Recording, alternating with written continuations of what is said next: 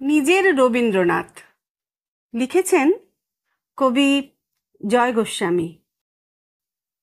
সেটা ছিল 22শে শ্রাবণ। একটি স্কুলে গেছি রবীন্দ্রনাথকে নিয়ে কিছু বলতে। ছোটরা তাদের উৎসুক চোখ নিয়ে তাকিয়ে রয়েছে। হঠাৎ মনে হলো, কি বলবো? যা বলবো তাই যদি এদের কাছে ভুল প্রমাণিত হয় পরে। রবীন্দ্রনাথ তো কোনো স্কুল পাঠ্য অঙ্ক নন যে সবার খাতায় একই উত্তর হবে। এক একজনের রবীন্দ্রনাথ এক এক রকম। বাড়িতেও মেয়ে এক আধবার জানতে চায় তার ক্লাসের রবীন্দ্রনাথ নিয়ে। হাত ছাড়িয়ে পালাই, কারণ অনেক সময় যে নিজেই বুঝতে পারিনি রবীন্দ্রনাথকে। ধরা যাক সোনার তরী, এই একটা সব গুলিয়ে দেওয়া লেখা আমার জীবনে। হ্যাঁ, আমার জীবনে, অন্যের জীবনে তা নাও হতে পারে। প্রথম এই কবিতাকে আমি কিভাবে পাই একটা বর্ষার বিকেলবেলার শেষে এক বারান্দায় বসে থাকার সময় কবিতাটি আমাকে দেখা দেয়। আমার বয়স তখন 8। 1962 সালের জুলাই মাস ছিল সেটা। সারা দিন বৃষ্টি হয়ে সন্ধেবেলা ধরে এসেছে। আকাশ স্লেট রঙের কালো থেকে একটু উজ্জ্বল, সূর্য নেই। আমার মা কবিতাটি পড়ছিল সঞ্চয়িতা থেকে, উচ্চারণ করে করে। আমার মায়ের কিন্তু কবিতা টবিতা পড়ার ঝোঁক একেবারেই ছিল না। সারা দিন নানা কাজে ব্যস্ত থাকতে হতো তাকে। গল্পের বই পড়তো, কবিতা কখনো নয়। তবে সেদিন মা পড়ছিল কেন? পড়ছিল আমার বাবার কথা মনে করে। এপ্রিল মাসে বাবার মৃত্যু হয়েছে। বাবার ছিল ওই কবিতা বলা, গান গাওয়ার স্বভাব। এক একটা মানুষ থাকে না, সারাদিন বাড়িতেই থাকে, ফুল গাছ লাগায়, বই পড়ে, গান গায়, কবিতাও পড়ে, কিন্তু কিছু করে না। বাবাও সেই রকমই ছিল। প্রায় কালো হয়ে আসা আকাশের নিচে গাছপালা যখন সারাদিনের বৃষ্টিতে ভেজা, তখন সেই কবিতার শেষ লাইনগুলো শুনতে শুনতে আমার মনে হয়েছিল এই কবিতাটি আমার বাবার মৃত্যু নিয়েই লেখা।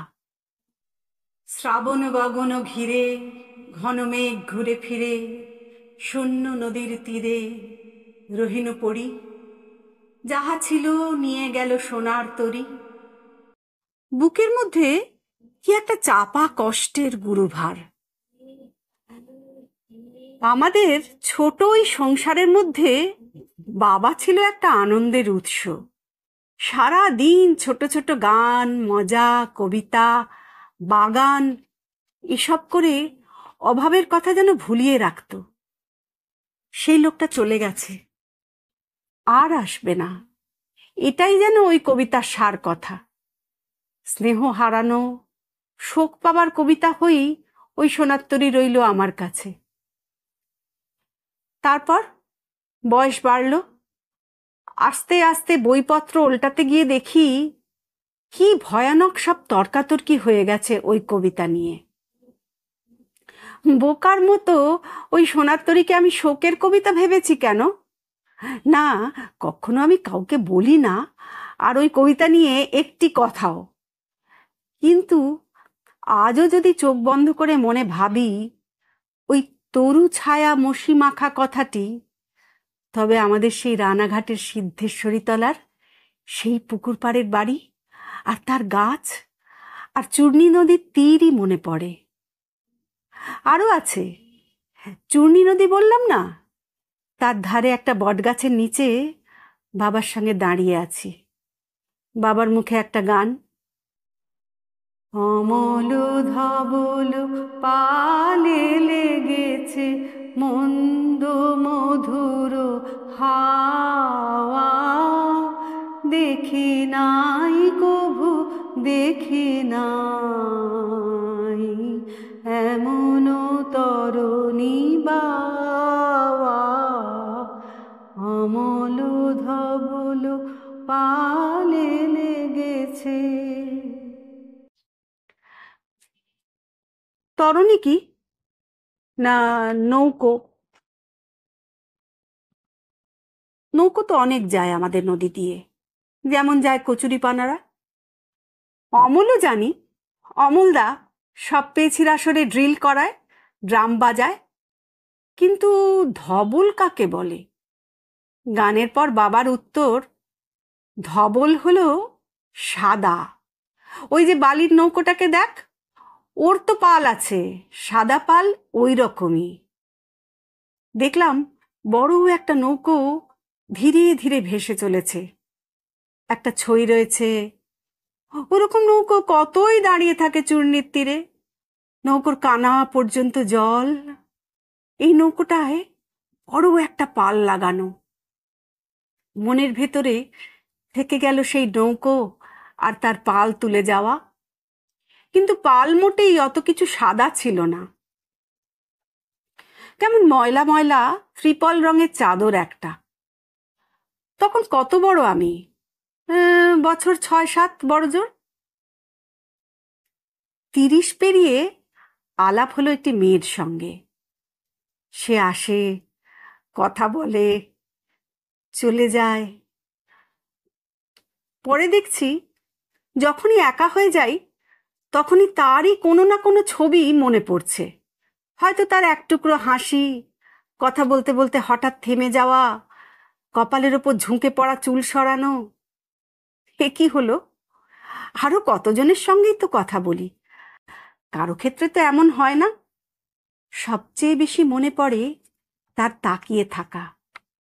ভোরে ঘুম ভেঙে মনে পড়ে, দুপুরে ঝাঁঝা রোদে হাঁটতে হাঁটতেও মনে পড়ে। কেন পড়ে? আর কোনো চোখ কি আমি দেখিনি কখনো? বুঝলাম আমি প্রেমে পড়েছি। একদিন এক উঁচু বাড়ির সিঁড়ি দিয়ে নেমে আসছি, সামনে নেমে চলা তার উড়ন্ত আঁচল। কোথাও কারো বাড়ির থেকে গান বাজছে, দেখি নাই কভু দেখি নাই এমন তরণী বা। থমকে আছি, পা চলছে না। শৈশবের সেই পুরনো গান কি এক নতুন মানে নিয়ে আজ আমার সামনে দাঁড়াতে এলো। এই তরুণী তবে সেই আশ্চর্য নৌকো বেয়ে যাওয়া। যখন এরপর থেকে ওই গান শুনেছি, মনে পড়েছে তার চেয়ে থাকা। কবরখানার মধ্যে দিয়ে হাঁটতে হাঁটতে বেরিয়ে আসছি দুজনে, পিছনে রক্তিম সূর্যাস্ত। একটা জলের বোতল ব্যাগ থেকে বার করে এগিয়ে দেওয়ার সময় তাকিয়ে আছে। আমাদের সেই দেখাশোনার ওপর ছেদ পড়তে কয়েক মাসের বেশি সময় লাগলো না, কিন্তু ওই গানের মধ্যে থেকে গেল মেয়েটি। তারপর আরো ১৯ বছর কেটে গেছে। আমার মেয়েকে যে হস্টেলে দিয়েছি তার পাশেই গঙ্গা। এক রবিবার বিকেলে হস্টেলের ধারেই বটগাছের নিচে সিমেন্ট বাঁধানো বেদিতে বসে আছি মেয়ের সঙ্গে। সে এখন ১৫ পেরিয়ে ১৬-এ পড়েছে। সেও বর্ষাকাল ভালোবাসে। আজ সারাদিনের মেঘে ঢাকা ছিল আকাশ, কিন্তু এখন একটু পরিষ্কার। সূর্য আস্তে নামছেন, আলো বেরিয়ে আসছে। মেয়ে বলল, ওই দেখো। দেখি ছোট একটা নৌকো তত্তর করে চলে আসছে স্রোতের সঙ্গে, তার উপরে একটা পাল লাগানো। মেয়ে গাইতে শুরু করলো, অমল ধবল পালে লেগেছে মন্দ মধুর হাওয়া, দেখি নাই কভু দেখি নাই এমন তরণী বা। ও শেখে টেকে না, শুধু শুনে শুনে জানে। কিন্তু ওর গেয়ে চলবার সঙ্গে সঙ্গে সব ভুলে ওই গান এসে দাঁড়ালো আমার ৫০ বছরের দোরগোড়ায়। তখন আমার চোখ ভেসে যায় চোখের জলে। এই গানের কি মানে হলো তবে আমার কাছে? আমাকে এই প্রশ্নের মধ্যে রেখে সূর্য তাঁর অস্তে চললেন।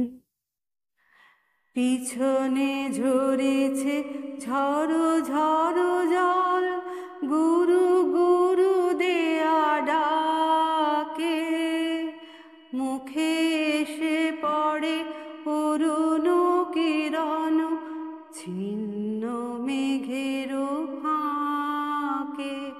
ওগো কান্ডারি কে গো তুমি, কার হাসি কান্নার ধন, ভেবে মরে মোর মন। সুরে আজ মাঝে অজান্ত কি মন্ত্র হবে গা